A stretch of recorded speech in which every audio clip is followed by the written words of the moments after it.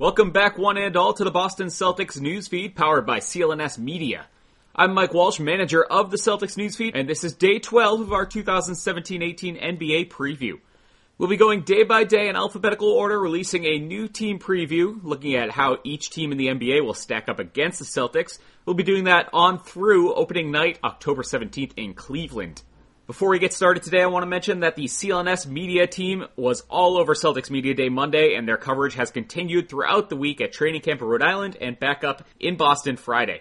All of that coverage is on the YouTube page at youtube.com/CLNS Media. All the press conferences, videos of practice, new episodes of the Garden Report, all over there. CLNS Media Network, youtube.com/CLNS Media. CLNS will also have full coverage of both preseason home games after the weekend, so subscribe at youtube.com/CLNS Media and you won't miss a thing. Now, each of these preview podcasts will be accompanied by an outline blog post on the website clnsradio.com.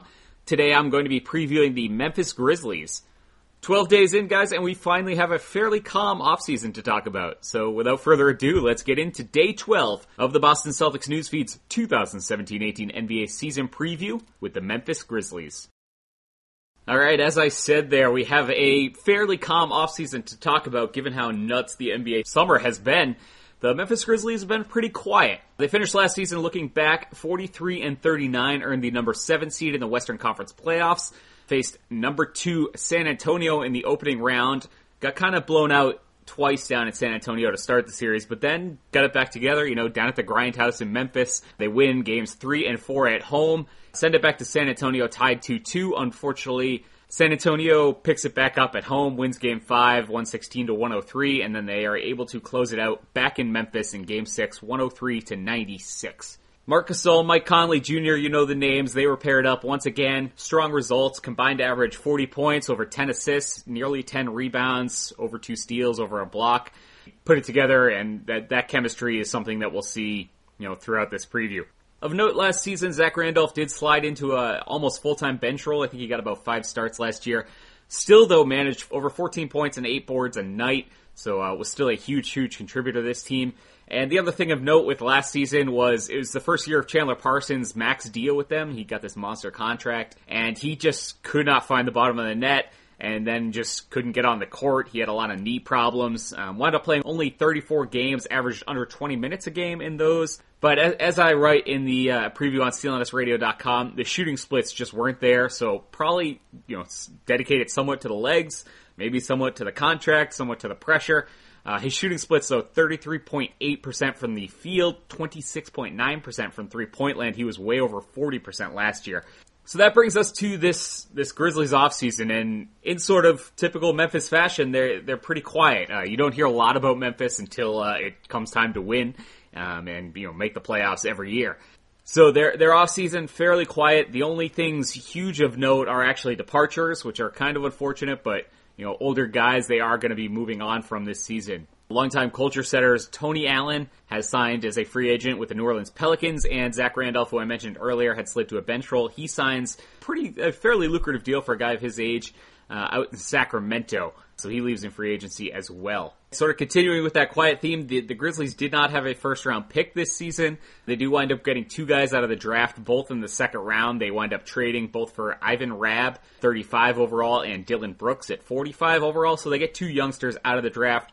But most of their sort of acquisitions over the summer were low-risk, medium reward, low-risk, low-reward guys. They bring in a lot of short-term signings because they have so much money, $74 million tied up in Conley, Gasol, and Parsons next season and really for the foreseeable future. So they do go out, they bring in Ben McLemore, who is still dealing with a minor foot injury. They bring him in on a 2-year, $10.6 million contract. They signed Tyreek Evans to a 1-year deal on short money. Same deal with Mario Chalmers, who had played for them 2 years ago, but hasn't actually played in a year. 1 year, $2 million for him. J. Michael Green, they just wound up re-signing. Recently, he had played for them previously. 2 years, $17 million, so he gets a little bit more of a substantial jump in salary. And Rade Zagorac, they bring over from Serbia on a decent 3-year deal. So a lot of Guys whose names you've heard of, but haven't really panned out in the league. Tyreek Evans has obviously sort of gotten worse almost every year of his career, but still has that potential to be a scorer, and another guy coming off of injuries. Let's get into that, though. So training camp questions. As it starts out, the huge question mark is Chandler Parsons. Memphis needs him to try to live up to that contract a little better. Obviously, the knee injuries are not something in his control, but they are kind of chronic at this point. Last season, they kept coming, I think 3 separate occasions. Winds up being a meniscus tear later in the season that puts him out indefinitely. But from everything I'm hearing, Chris Wallace had a quote recently that made its way around that he's impressed with him, and Parsons looks like he has his burst back, his leaping ability back. So that's a very, very good sign given how invested Memphis is into this kid. They need him to really get back to being that really good outside shooter and slasher that he was in Houston and Dallas that sort of made him into the guy that earned that contract from the Grizzlies this last year. And really, I mean, honestly, he could be the difference between the Grizzlies falling out of the playoffs for the first time in forever and winding up being, a lottery team, or really being in the thick of this Western Conference playoff race. If, Gasol and Conley are going to be healthy and Parsons is back to his usual self, that's a legitimate 3, near all-star caliber guys. The other 2 definite all-stars, but Parsons sort of on the verge there, if he, takes off again. Elsewhere, Macklemore, as we mentioned, is recovering from a foot injury. I don't think he'll be ready to go for the season opener, but still just 24. Saw his usage limited the last 2 years in Sacramento, where he was drafted 4 or 5 years ago. But his efficiency got a little bit better. I'm assuming that was the plan there in Sacramento before they wind up losing him to Memphis. So maybe, if he can combine that efficiency, he should get a chance to play some real minutes at the 2 guard with Tony Allen gone. So we'll see what happens there. Until he gets back, though, Tyreek Evans is like Parsons, sort of a very quality scorer, but has knee problems holding him back. So look at him also to get some minutes there at the 2, and also maybe at the 1 spelling Conley if they want to go that route. Speaking of spelling Conley, Mario Chalmers, as I said, hasn't played in the NBA since March of 2016. Ruptured his Achilles back then, but performed well. Averaged over 10 points a game for the Grizzlies that season when he was on the court, and I think over 50 games, so he was around for a little while. Did not get signed at all last year. I believe he was healthy, though, and they do bring him in this year. Bring him back. 1-year deal, $2 million. See what they have there in Chalmers. Zagarach, don't know much about him out of Serbia. He was the 2015-16 MVP in Liga ABA, but he's a 6'9" wing. Took a flyer on him. We'll see what that pans out to be. Other guy to watch, Wayne Selden Jr., haven't mentioned him yet. Undrafted last season, came in, played a little bit for the Grizzlies, but had an impressive summer league. Could be in line to start at the 2 guard spot opposite Conley should Macklemore start the season injured. Evans not be ready to go either. They could be looking at him to start with Tony Allen not around anymore. There's not going to be a whole lot of moves, I think, for Memphis to make. Definitely if Parsons doesn't right the ship, nobody's touching that contract. That's just a mammoth deal for very little production so far. And just given how good Conley and Gasol are and how good they are together is the key there. I just don't see the Grizzlies, totally turning tail and running back down to the bottom of the Western Conference. The West is going to be unbelievably competitive this season, but nobody sort of stands up to unbelievable competitiveness like the Memphis Grizzlies. So I think they'll stick it out. If there are moves to make, I'm not sure what they are at this point. They got a lot of those guys on short-term deals, so they are very movable. The Macklemores, Chalmers, Evans, but none of them are huge money.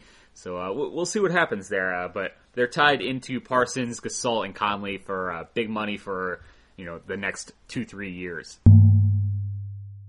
Quick break from the Grizzlies to tell you guys about Bombfell. I've really started to have it with going to these big department stores. You got to drive to the mall. It takes so long. You wind up paying more. You got to try on these clothes in these weird dressing rooms. Not a fan of it. That's why I loved finding out about Bombfell. Simply put, guys want to look good, and Bombfell is an easier way for men to get better clothes. Head over to bombfell.com, fill out a simple questionnaire. You're matched with your own dedicated personal stylist based on that questionnaire, and they'll pick out each piece just for you. They'll then email you the selections. You get 2 days to make any changes. Go online there, fix anything, cancel it all together. You're in total control the entire time. Even after the clothes arrive, you're going to get a full week to decide what you like and want to keep and what you want to send back. Check these guys out, bombfell.com. They're hassle-free. Sign up, tell them about yourself, your budget, your measurements, pick and choose what you're looking for, or leave it to that stylist. And of course, shipping is free both ways. That's not all though. Sign up using the code Garden Report, and you can get $20 off your first purchase at Bombfell. go to bombfell.com/Garden Report. That's BOMBFELL.com/Garden Report.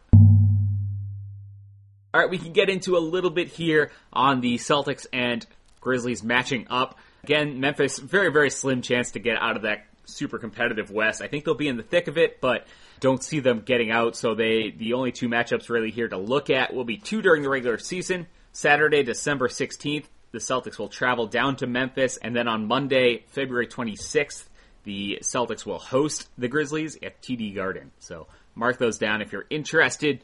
Matchups. Last season, the Celtics swept Memphis 2-0, and both of them were somewhat atypical. You know, the Celtics won game one. They really dominated the rebounding category in that contest, which was, total polar opposites as to what the Celtics season was all about. And on the flip side, the Grizzlies, who are known, for sort of ground and pound basketball, they were the ones jacking up more threes than the Celtics in both games. So a little polar opposites there. The Celtics' pace of play, though, I think just wound up being too quick. They got up more shots in both games, a lot more shots, I think, in game two. And the Grizzlies wound up turning it over a bit too much. This season, obviously, Conley, Irving, going to be a really fun matchup to watch. Definitely one to circle on the schedule if you're into point guards. And obviously, if you're a super basketball nerd, Horford, Gasol, they're going to be, two of the poster children for the NBA big man analytics community. They're going to love both those guys, so that matchup is one to circle as well for those two.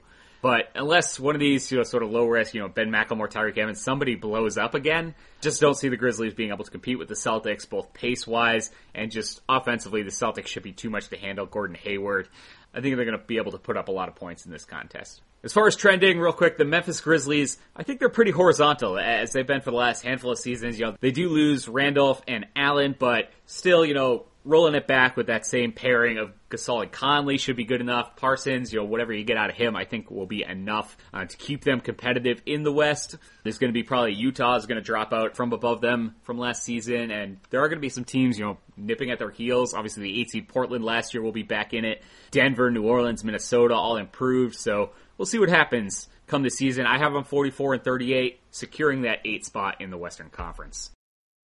Thanks everybody for tuning into day 12 of the Boston Celtics Newsfeed's 2017-18 NBA preview. Again, more analysis can be found on the CLNSradio.com site, and you can view any of our previous episodes over on the playlist at youtube.com/CLNSmedia.